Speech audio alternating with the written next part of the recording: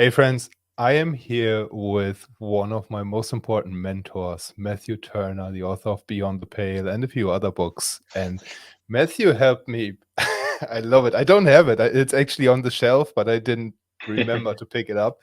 Matthew helped me quite a bit before I was becoming a father. We started working together about escaping the hustle mentality and finding a good approach to balancing work and life and being present with the family, because I was big on the hustle mentality before my daughter arrived here in this world. And we'll have a conversation about that and whether or not hustle mentality should be a default modus operandi or should be something that we turn to eventually. Matthew, thank you so much for taking the time to be with us. Thank you so much for having me. It's always a pleasure chatting with you, Jan. And yeah, I'm excited to talk about your journey and the book. And yeah, this whole idea of escaping the hustle, I think it's very, very important. Yeah, especially with what happened over the past 2 years. I mean, obviously there was a lot of stress even outside of business, and then everything in business has gone haywire over the past few years. For me personally, it was a time to reflect and to become more mindful what I've been doing, how I'm spending my time and stuff. And it's not all sunshine and rainbows. And I think it's a work in progress. And off camera, you just said something very, very important in that you write those 90-day letters to yourself. And tell us what you wrote in the letter for this quarter. Yeah, so to kind of give a bit of context, every quarter, the beginning of every quarter, so we're recording this just in the early days of quarter two of 2022. So I wrote a letter on the 1st of January or the 31st of December, one of those days. And I write it as if the next 3 months have already happened. So I wrote it back on January 1st. So I would read it on the 1st of April as if the period between January and April's happened. So I talk about like what it is that I've achieved. It's not in the sense and the style of I'm going to, it's this is what's happened to kind of get me in the frame of mind. Okay, what do I want to be doing over the next 3 months? Like where do I want to be 90 days from now? And 90 days is important because it's long enough to actually do and achieve things, but not so long that we're able to push it down the road.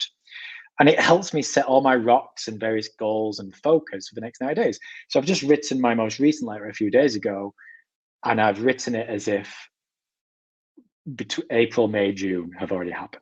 So I'll be reading it on the 1st of July, and it's as if those 3 months have already happened. So I've been getting myself into a period of like, this is where I'll be, this is what I'll have achieved, this is how I'll feel, this is what I've gone through. And the way I ended the letter, and this is what we spoke about just before recording, was I ended it of like, there's still a lot to do.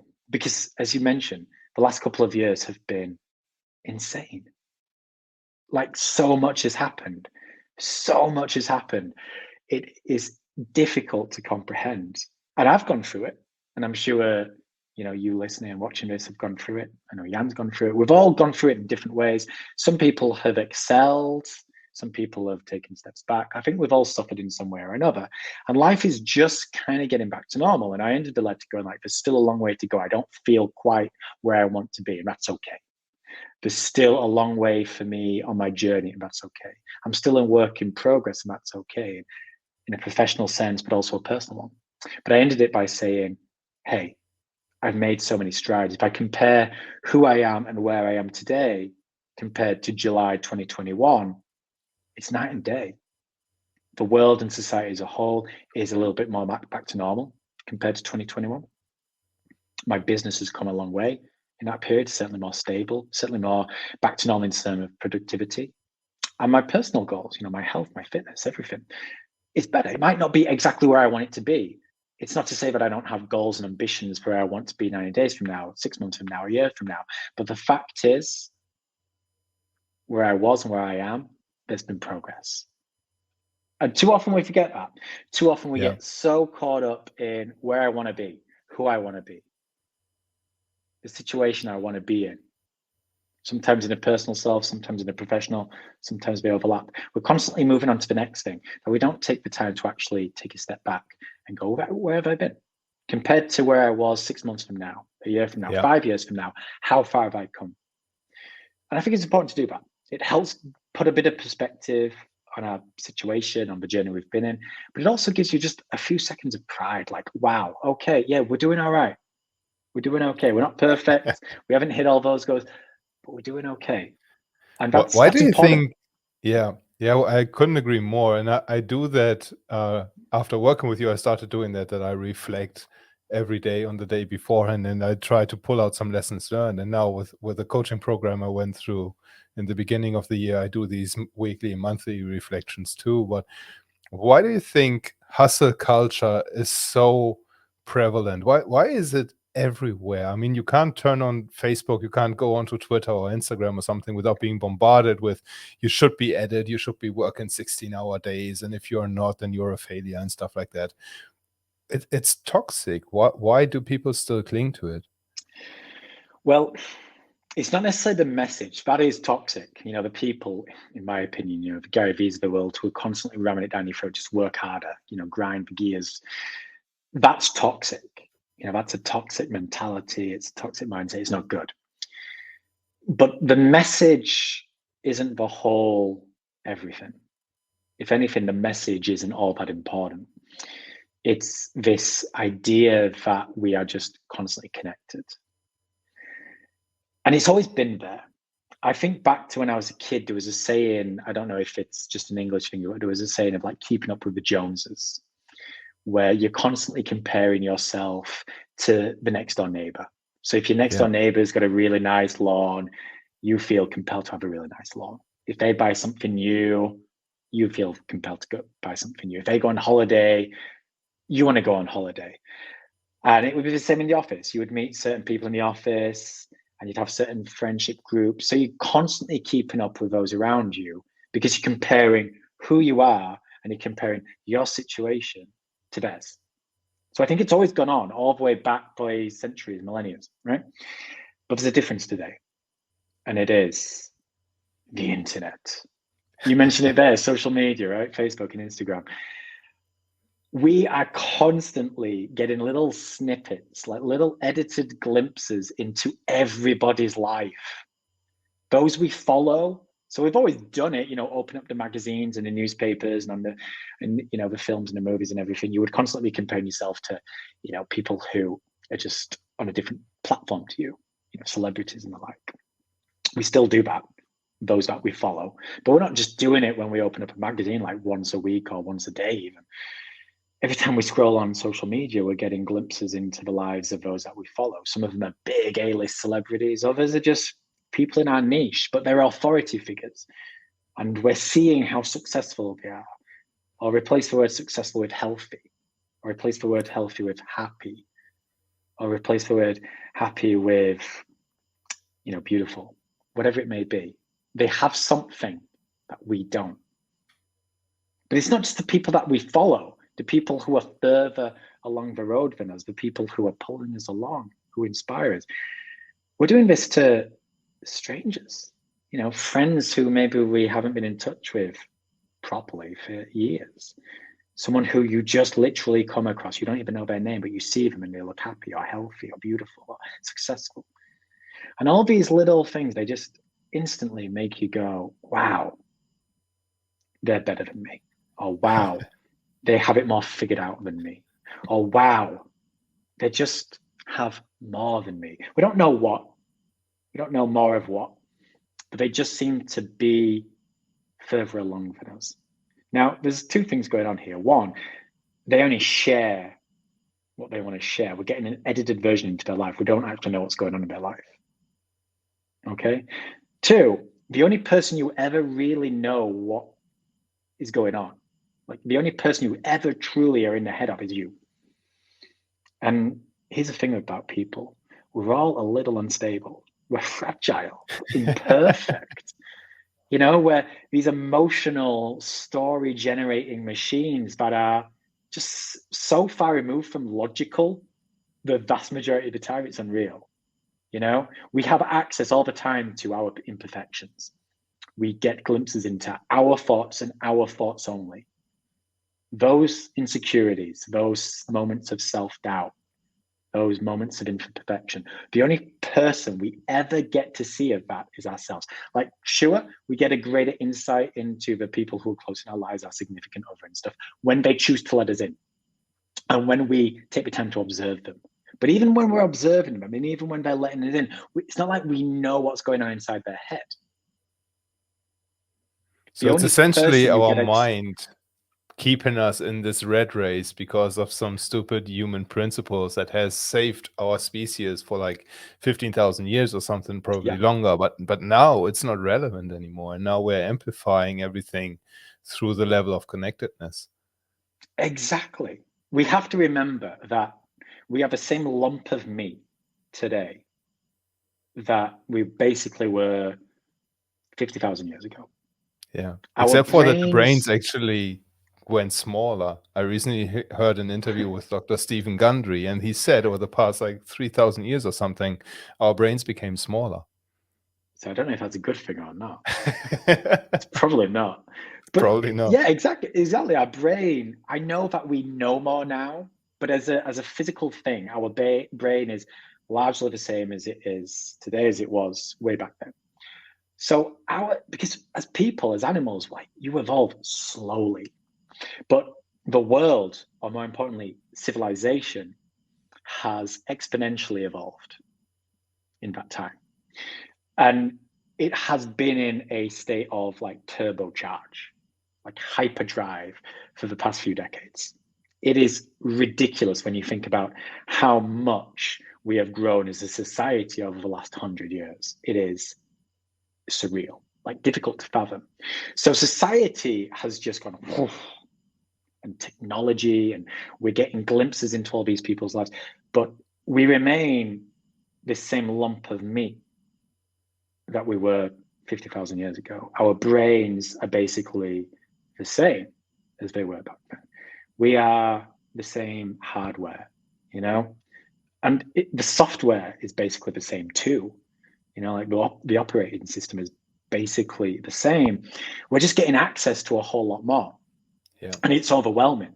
So if anything, it's just going to make us more susceptible to insecurity and self-doubt and second guessing, And it's not because we're going to just seeing it everywhere. decrease. Yeah, it's not going to No, decrease with the metaverse and all that stuff coming up. It's like we're going no, to be even more connected in the future, not less. exactly. So we can't escape it. 20, Yeah. 30 years ago, we were bombarded with thousands of messages per day through billboards and newspaper ads and TV commercials and the like. That number's only grown. That number is only going to grow. Today, it is everywhere. It's not just advertising messages that we're bombarded with, but every time you scroll through your phone and go on social media, every time you're going on your laptop, every time you get a little ping, notification that you've got an email or whatever else it may be, there's so many different touching points. It's just adding to that overwhelm. And every time you do scroll through social media and you're getting these little snippets, in the space of like 90 seconds of scrolling on either Facebook or TikTok or Instagram, whatever it may be, you're probably getting a glimpse into 20, 30, 40 people's lives. And all the time, your brain is just making these little subconscious assumptions, perceptions, they're building little stories, because that's what they do. We're a story generating machine to make sense of the world. We do and always have done from a baby, made stories to better make sense of this world. And we need to do it even more because the world is more overwhelming now than it ever has been. So we're constantly making these little assumptions of like, that person's happy, that person's sexy, that person's successful, that person has money, that person has this. And you're comparing yourself to that person. Not out of logic, because logically, you know you don't know anything about them. Logically, you know they're as imperfect and as human as you. But emotionally, just instantly, you're just going, they have more, they have more, they have more. So what's the default thing then? You're comparing it to you. Well, I have all these insecurities. I know what's going on in my business. I haven't hit my goals this week. I know how lazy I've been today because I had the audacity to, watch something on TV rather than work myself blind. And when you're getting all those messages reinforced of like, this successful person says, grind those gears. This successful person says, be on this platform. It all just comes as like a monsoon on top of you, not just every now and again, constantly, just a monsoon, like a bucket of water, like throughout the Yeah. day, every single day. And you're just led to believe, like, your default mode is like, if I want what they have, I just need to work harder. If I want that, what they have, I need to be on this latest platform. I need to be trying this latest thing. You know, I mean, come on, we're both basically in the world of online marketing, right? So we know over the last 5 years all the various trends that have come along, from challenges to webinars to Facebook groups to this, that, and the other. We're constantly wondering, maybe I need to be in that because maybe that's the thing that will make me successful. Maybe that will be the thing that gets me on the level of all those people that I look up to. So we're constantly working harder and harder, and it sneaks up on you. Before you know it, you're working not 5 hours, but 6, not 6, but 7. You're doing a little bit in the evenings. You're getting up a little bit earlier and doing a little bit then too. You're checking your email. Even though you said, I'm not going to check my email in the evening, you are. You do a little bit of work on the weekend. And you find yourself saying yes and yes and yes. And it eats into your family time, it eats into your personal time. And over the course of 6 months, you're just exhausted. And over the course of a couple of years, you've completely and utterly lost sight of that vision you built all those, however long ago it was. You have no idea whether you're on the right track because you don't have the time or the energy to reflect on it, to question it. You're just going through the motions, and it's just faster. That hamster wheel's getting faster and faster. It's relentless. And on the outside, so sorry to interrupt, but I just had this thought that, like, on the outside, people think you are actually doing good, and you have to keep that image up, or at least many people do keep that image up. Is that I'm okay, it's fine. I love what I do. I love the grind, blah blah blah. And I think that that's also when I skimmed through through Beyond the Pale. You have shared a story about Ferdinand, who's in Silicon Valley, and on the outside he looks successful and he has everything, but then it's all very, very shallow what he's doing, and on the inside he has the same issues that you were just describing, where it's insecurity and anxiety, and we all put so much pressure on ourselves these days that people need to think we are successful, and we cannot show insecurities and stuff like that. So when you said that we lose track for the vision, why we built the business in the first place, just because we want to keep up this image of, hey, it's okay. How do we make sure that that doesn't happen to us? Like, how do we recognize when we're in such a rut? Well, first of all, before we get into that, you touched on a really important thing, because it's important for us to all appreciate and take a little bit of responsibility here that we're a part of a problem too.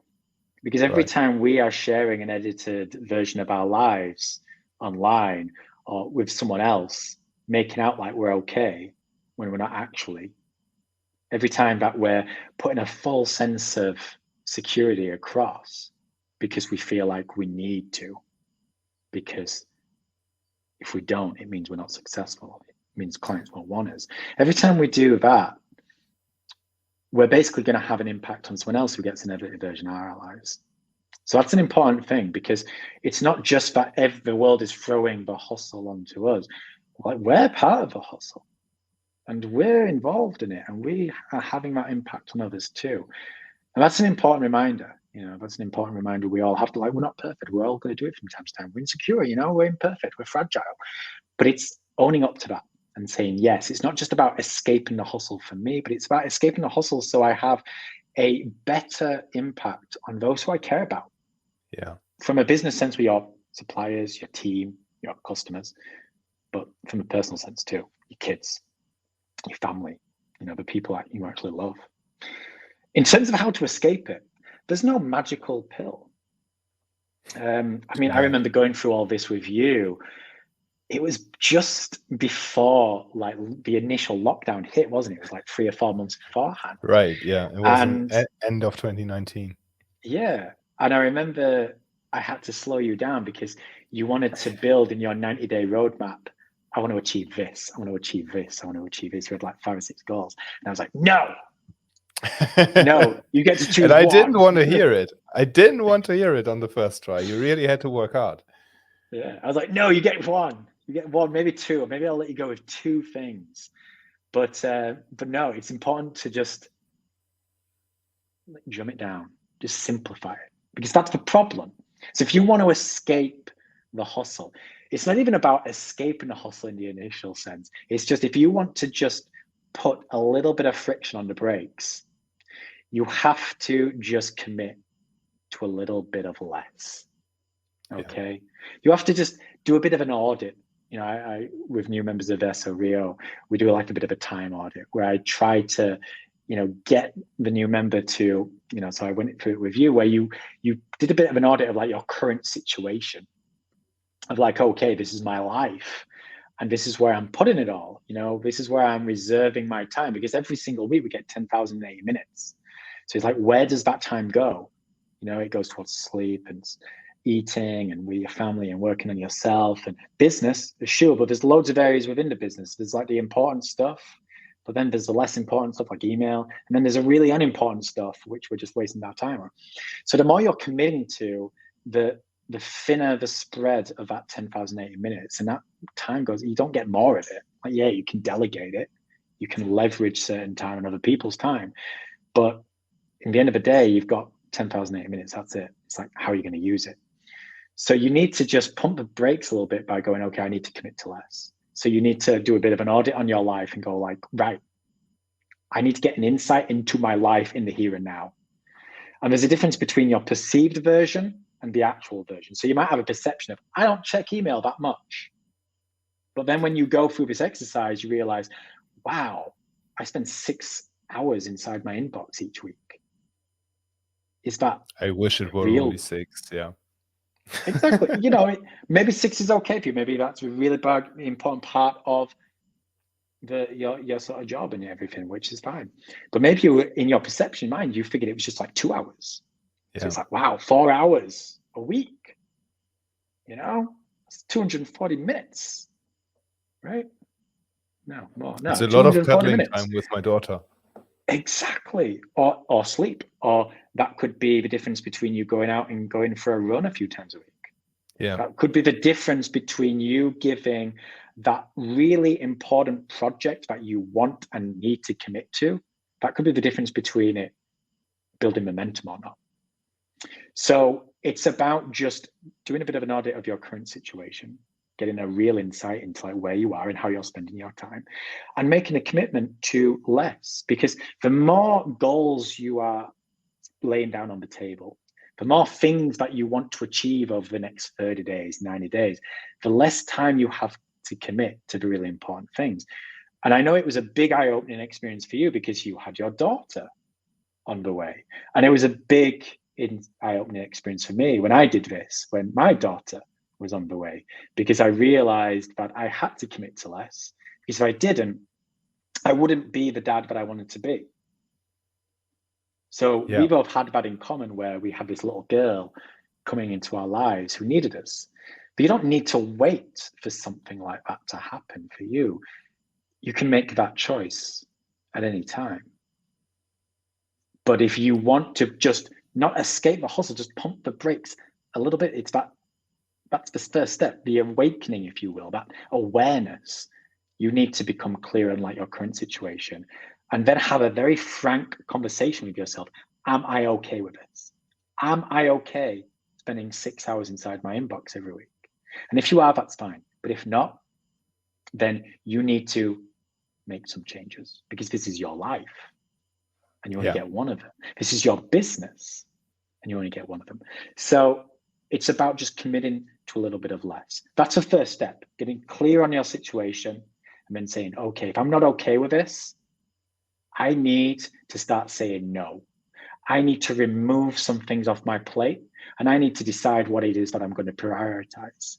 Because once you start prioritizing on a few important things, personally, so if you want to prioritize your health, prioritize it.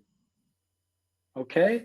But you need to free up some time and energy to do so. If you want to prioritize your relationship with your significant other, with your kids, do so. but you need to free up some time and energy to do so. If you want to prioritize like a big new important project inside your business, maybe it's a book, maybe it's a new course, maybe whatever, then you need to do it. You need to remove some things so you can go all in on it. But you'll never be able to go all in if you keep saying yes to all these things and having all these moving pieces. And it's So scary that's the to first go step. all in. It is It's so scary. So scary. Terrifying. Because what But if we you have choose to the do wrong it. thing? Yeah. Yeah.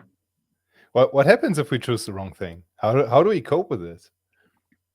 Man, I mean, this is it, right? We live in this black and white world. This is the other thing. This is why we're so inept at life as human beings, right? Because we have this thing inside us, fear and insecurity, and it just puts us into this very scarcity-driven black and white world.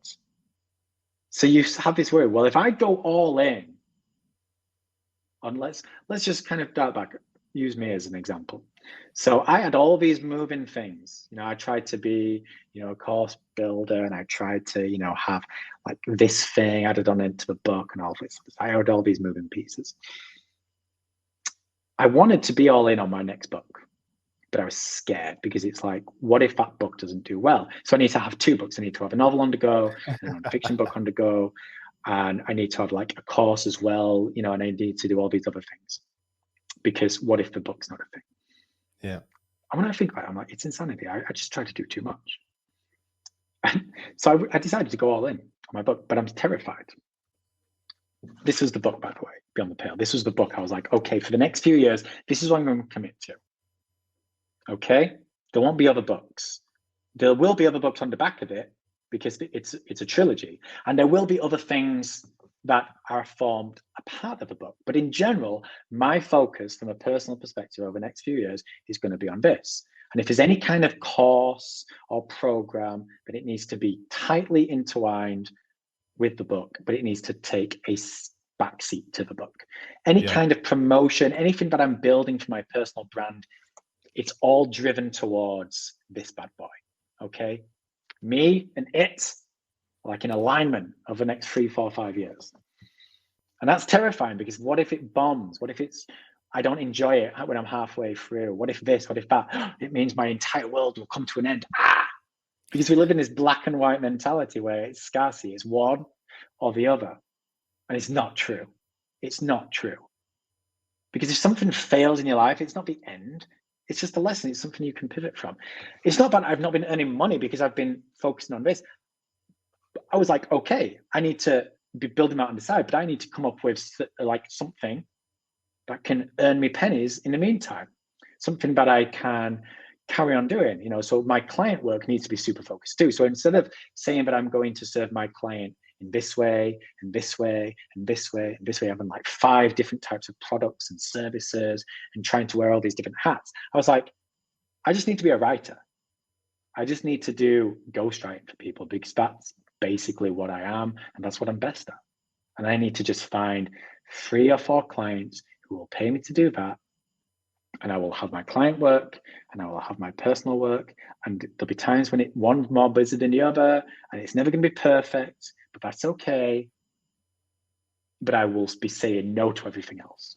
So if a client wants me to do something to do with, I don't know, like social media, it's a no. If a new idea of mine comes in for a new project, unless it's really tightly in line with this and it's going to help move this along, it's a no.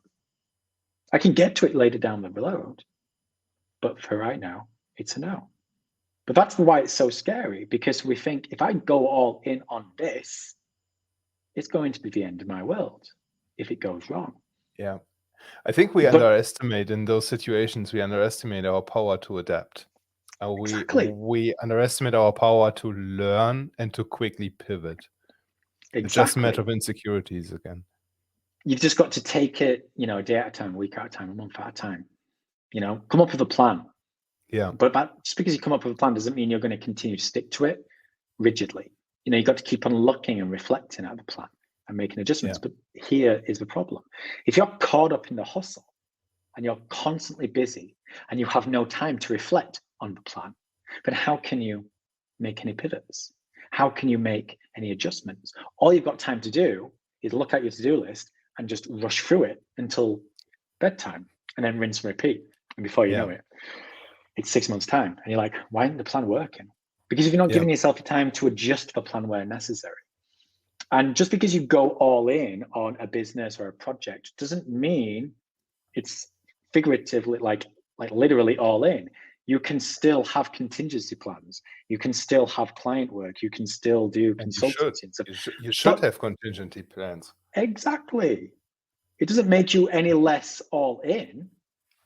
It just means that you're being sensible. You're looking at the situation and going, this is how much time I have. This is how much I need to make each month. I'm going to really focus on these couple of areas and go all in on them so I can bring in the money and I can make them momentum and that I can achieve what I want to achieve. And it's just highlighting the things that are going to bring the greatest reward, the whole 80-20 rule, rather than spreading yourself so thin simply out of the fear of missing out, simply due to the fear that unless you're doing everything, you're going to become a nothing. And when you just give yourself a moment to just like reflect on that, what I've just said, it's so logical, it's so obvious. But as I say, we're not that logical as people. We're emotional, we're scared, we're reactive. And when are we those things? When do those things get turned up to like volume 11? When we're stressed, when we're busy, when we're constantly rushing from one thing to the next, And what creates all that? The hustle. Yeah. So if we're in the hustle, we just amplify. Time. It just gets turned up.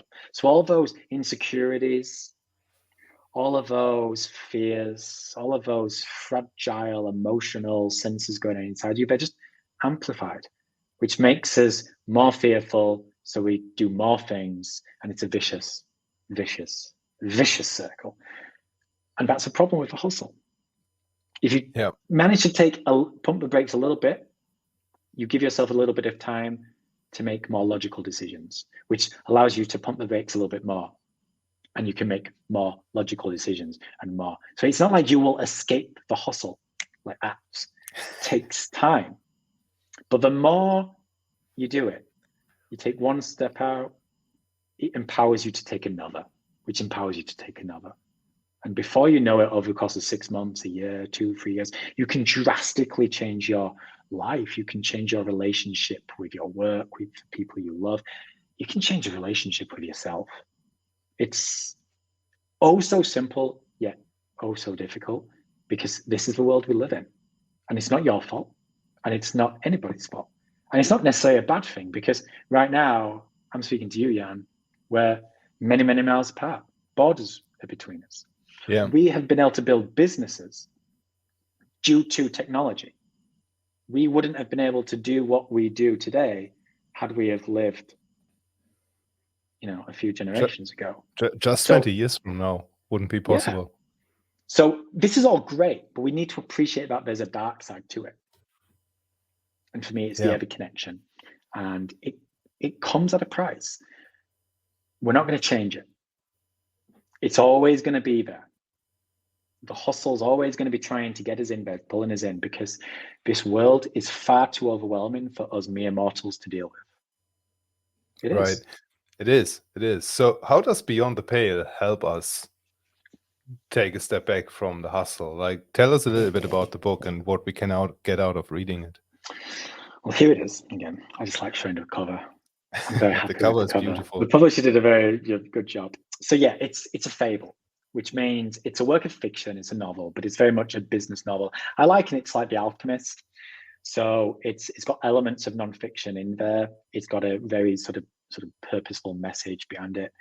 I interviewed a few people who have personally had an inspiration and impact on my life and my journey over the years, and have brought them into the story, and they literally meet Ferdinand. So it's a work of fiction, but it's set in the real world, and it follows this very, very successful Silicon Valley success story, Ferdinand Foy, who it's like the definition of success. You look at, and everything that we talked about at the front of this interview, it's like, okay, this is who I aspire to be. This is the person I follow.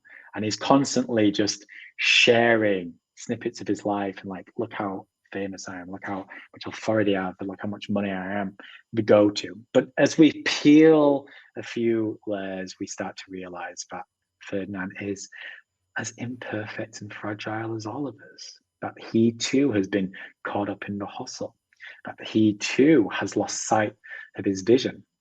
And that's what the book does. It follows Ferdinand's journey as he awakens, as he becomes aware of his relationship with his business, with hustle culture, with himself, with those around him.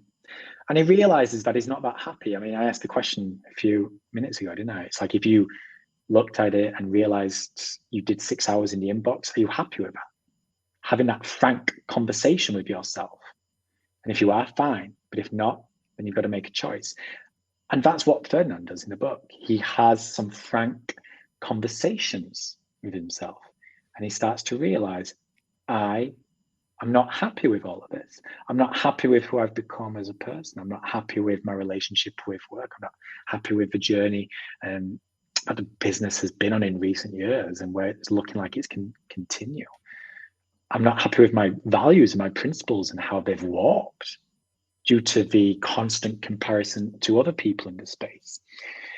And he goes on a bit of a sabbatical and he meets some very inspiring people.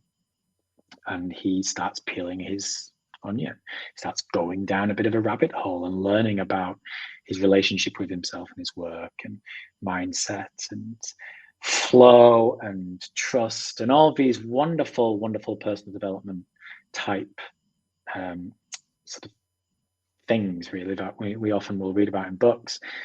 And he starts to do the work. You ask what Beyond the Pale as a book is written for, though. Unlike a lot of books, it doesn't give you an answer. I think and that's a problem. I think that's a problem. And this is the difference, right, between the vast majority of nonfiction books and the vast majority of fiction. And it's important because we as people have stories built into our DNA. We as people have this strong affiliation towards stories. Okay. Fiction tells stories. They don't usually give you an answer, but what they're really good at doing is getting you to think about questions, getting you to ask questions. Non-fiction books, more specifically the typical business how-to book that the vast majority of entrepreneurs read, they come with a promise of, I will give you an answer. Okay. Here's the problem with that. You don't know what question you're asking. So how on earth can you get the answer that you desire? And one of the people who appears in the book quite early on is called Kamal Ravikant, and he's been a big inspiration for me, one of my favorite writers. And he took me to town during the interview, and he kept basically, long story short, he was like going, stop asking me rubbish questions, man. I was like, wow. It's like, that's a nice one for my ego, right? That's it was like, you're asking, it just hit me hard. And he's like, it's a bad question. You're asking me a broad question and hoping to get a specific answer. And it was like, and that's the problem with people. They ask broad questions and they hope to get a specific answer.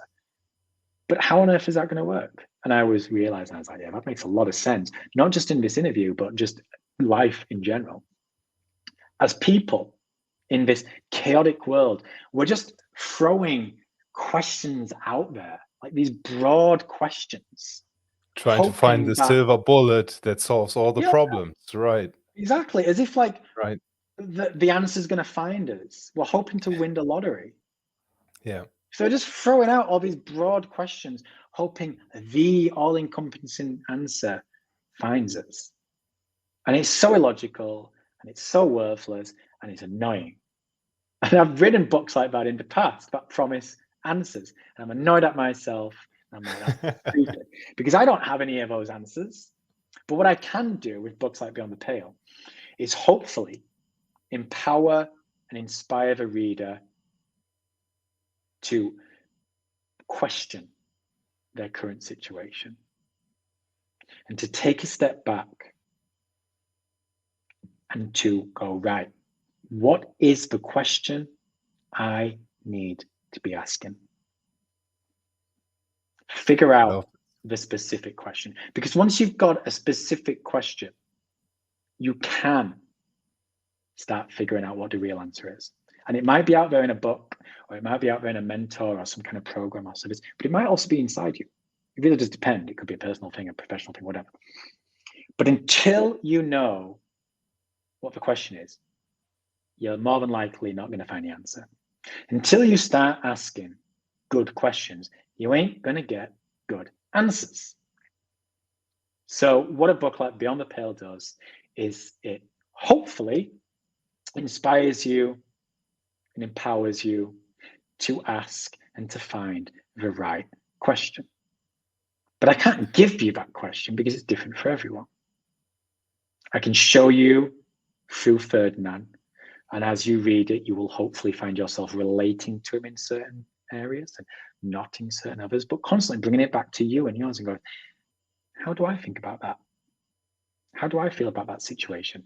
And that empowers you and inspires you to find the right question for you. And once you've got that, you can start finding the right answers. That's it. Brilliant. That's what a book does. It's brilliant. That's why I love working with you as a mentor as well. It's like you are not somebody projecting some situation onto other people. You are always coming from this perspective of, I can be a guide, but you have to figure this out on your own because only you know what's going on inside your head. So that has been very, very powerful for me. And that's why I value you as a mentor and as a friend. So tell us, where do we get the book? Where do we have to go? So you can go to beyondbook.co. That's beyondbook.co. And you'll see this cover and the graphic at the top. And you can download the first couple of chapters for free. You just fill in your details. You can read a sample and see if you would like to delve deeper into Ferdinand's journey. There's all the links then on how to get the book. It's available as ebook, paperback, and now also audiobook, which is very exciting. And there's links to my Instagram and Facebook and whatnot. So if you have any questions, like if this conversation has sparked any kind of good questions, then please feel free to reach out to me. I'd love to converse with you. And I'd also just like to say a big thanks to you too, Jan, because it has been a pleasure working with you the last few years. It's been so fun being part of your journey. And you've been one of the, a perfect example of a great, like mentor-mentee. Like I learn as much from you. This is what the great thing about when you create a community and experience like SO Rio, there's no such thing as like a guru in there. Like everyone's a mentor and everyone's a mentee. You can learn from others and you can hopefully pass on some of what you know to others. And the only way that happens is if you come in with an open mind, and that's what you've done. And seeing you grow and scale and evolve, it's so amazing. So yeah, it's been great the last couple of years, but I look forward more importantly to years that are good to come. Same here. Appreciate that a lot. Thank you so much for coming on, Matthew. Thanks for having me, man.